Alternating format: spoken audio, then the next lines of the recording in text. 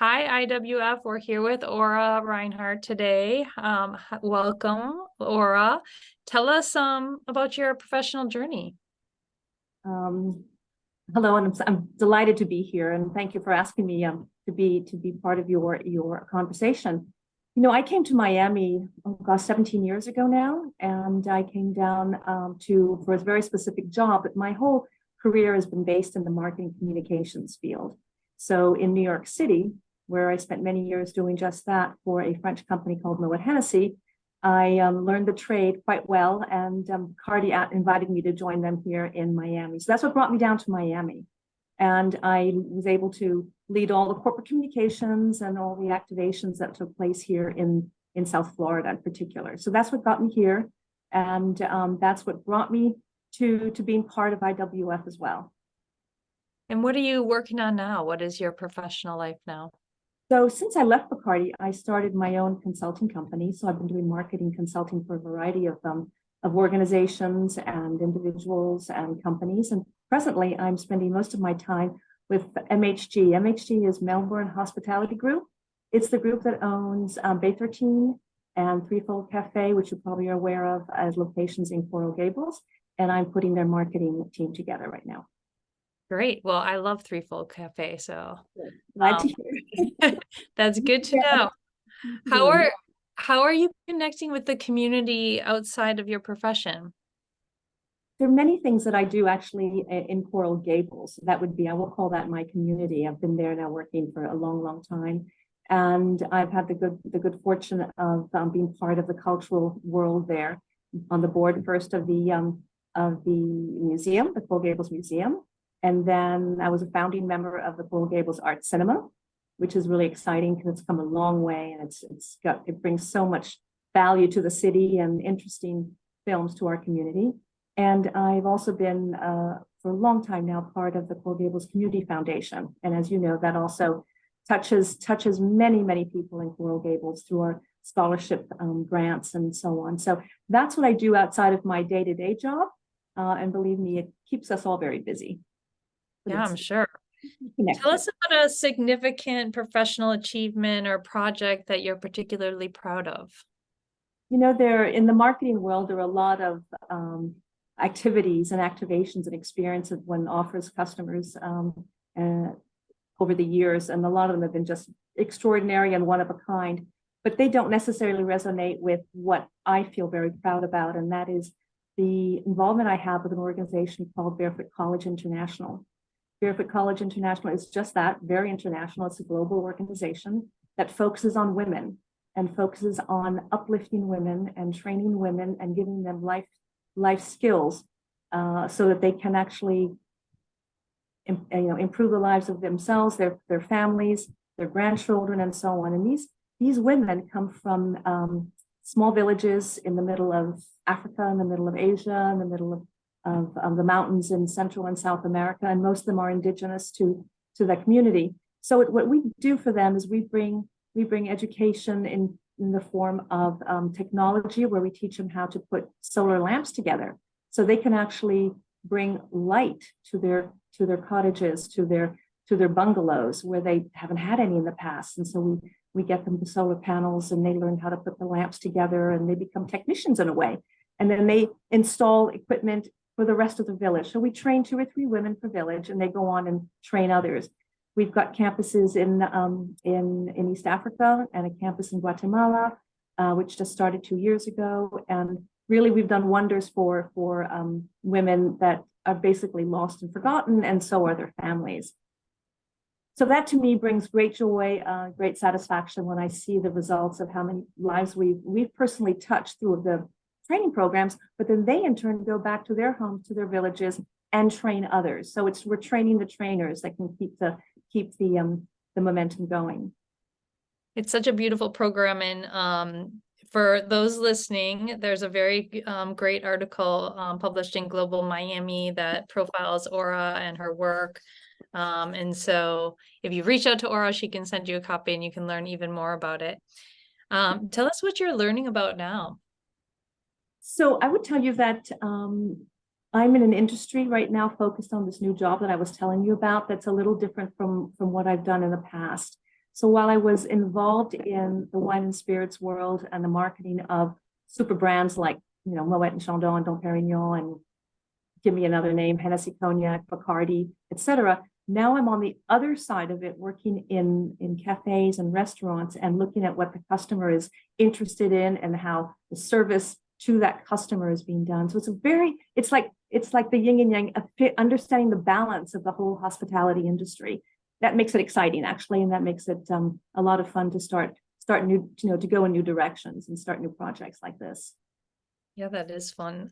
Tell us about a favorite IWF moment. I think my favorite moments probably take place when I'm at the various conferences and that we hold. And while I haven't been able to go to every one since I've been a member, every time I'll come away from, whether it's one we have in the United States or Canada or one that we have overseas, I come away with new relationships I've met, with new learnings from the actual lectures, and I am just stunned by the incredible variety of backgrounds and topics that we can offer from our own IWF sisters, and that's the amazing part. People are constantly looking for insights, and we have it all right there at our fingertips with our IWF sisters. So those to me are the most important learnings that I get from IWF and the most meaningful experiences. Speaking of insights, what's the best advice you've ever received? What's funny, it's probably advice that we all get at different times, and maybe you get it several times throughout your career. And it's about not giving up. It's about if you believe in something, whether it's in your work world, whether it's in your private world, whether it's in the world outside of both of those, if you believe in something, just keep at it. People will poo-poo things once in a while, will say, whatever, not that interesting. But if you think it's gonna make the goals that you've set out to make, if you think it's the right thing for the business, if you think it's the right decision to make, stick it out. In the end, you were probably right. If that was what your gut said, you were probably right. Perseverance. Perseverance, absolutely. Okay, a couple fun questions to wrap it up. What is a fact about you we would not find on the internet? It's funny because you mentioned something just before we started the conversation here, and about somebody else. And I would tell you that people probably don't know that I climbed the highest mountain in Europe, which is called the Mont Blanc, the Monte Bianco, whatever side of the mountain you're on. And that was a really challenging climb because it's all about being tied up to a string of people and having ice axe to hold you up. It takes a 3-day climb, and it's a challenge that I think really directed me in knowing that I could have that perseverance. Because believe me, every step you take that last day is about, I think I can. So I've done that, and then only got to the highest one in Africa, which would be the Kilimanjaro after that. So outdoors, nature, mountain climbing, being amongst animals and the environment is important to me. And those two things are probably things that no one ever would imagine that I did. I didn't, so I'm happy to have learned that. Great. So what book or podcast or television show are you recommending now? There are quite a few podcasts. There's one in particular that I'm listening to right now, and it focuses on China. And there are two individuals who lived in China for many years and years ago. And they're now in the United States, in Philadelphia. But they have the insights to what's going on and what's happening. And to me, to hear more than just what the headlines say about what life is like and what's going on, and not only in government but in the world of the individual living in China, this is a whole other view. And What is it called? And I'm just blanking right now, and I'll have to text you. It's like I just turn it on automatically. But it's two guys. One guy's from South Africa, and the other guy is an American, and they lived there for I think 10 years each of them in different roles when they were young, and they obviously have all the connections to get the talk, and the videos and the streaming that comes straight to their floor. So it's wonderful to hear that kind of perspective, because I love to understand what's going on around the world. And it's not just about listening to the news at night alone. You have to really dig in deeper to various podcasts. And obviously we do listen to ones, the various activities and the war that's going on in that Russia is causing the whole of Europe to be very involved in right now. But I think that that's one thing we have to all pay attention to, particularly as we are a global organization. We can't just think about our community. We must be aware of what's going on outside. And that's what I love about the conferences that take place overseas. There's so much that we can see and learn when we're on location. Yeah. What book have you gifted most often? So it's interesting you asked that question, and I saw that is probably not a question that I can answer, because it's not one book I've done over and over again. I have quite an extensive library. My husband and I put it together. He in particular, before me, has a lot of old books on travel to Central and South America and so on. So books have been always very much part of what my life and bringing up my children. As such, we go for new books, and so it's the new thing. It's not the same thing, it's different.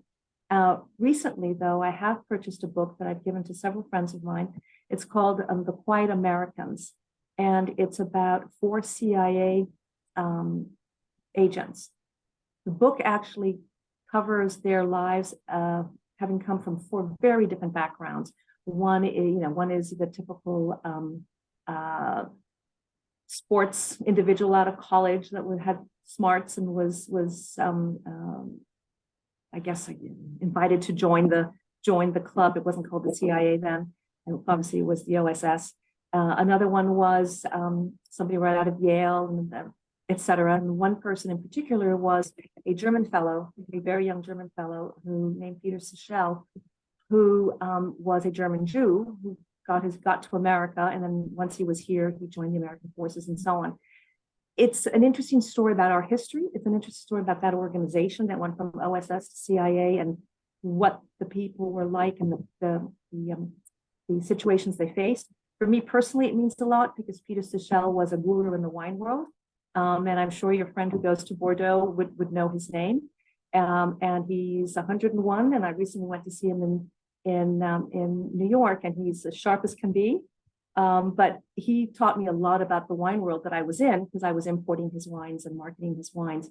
And he's one of those fellows, and that's a story he never told anybody. So talk about keeping that to yourself until the book comes out, so to speak. So that's a fun book to have. So last fun question to wrap it up. If you were in charge of the playlist, what song would be playing next? Okay, so in my house, we listen to everything. Okay, we listen to opera, we listen to Frank Sinatra, we listen to any contemporary musician that's out there. It's a bit of everything.